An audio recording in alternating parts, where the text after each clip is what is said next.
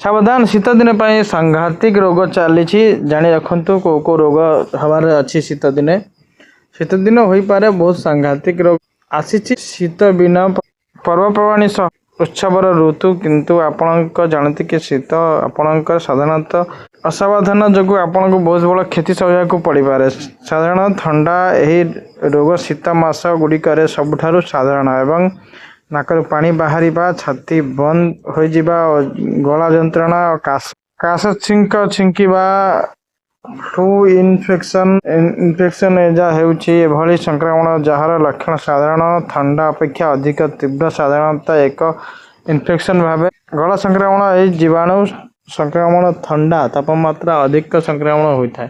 यह आपण गलार जंत्रणा एवं कुंडिया स्पष्ट करे।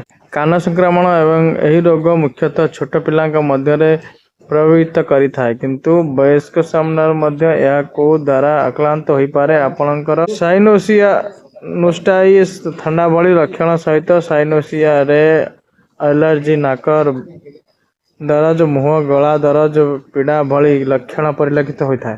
गंठी जंत्रणा ठंडा पाग आपणकर आंगुठी एवं पादर आंगुठी रक्त संचालन ह्रास करें जहाँ फल पद्म हो गंठीर प्रबल जंत्रणा हो पारे।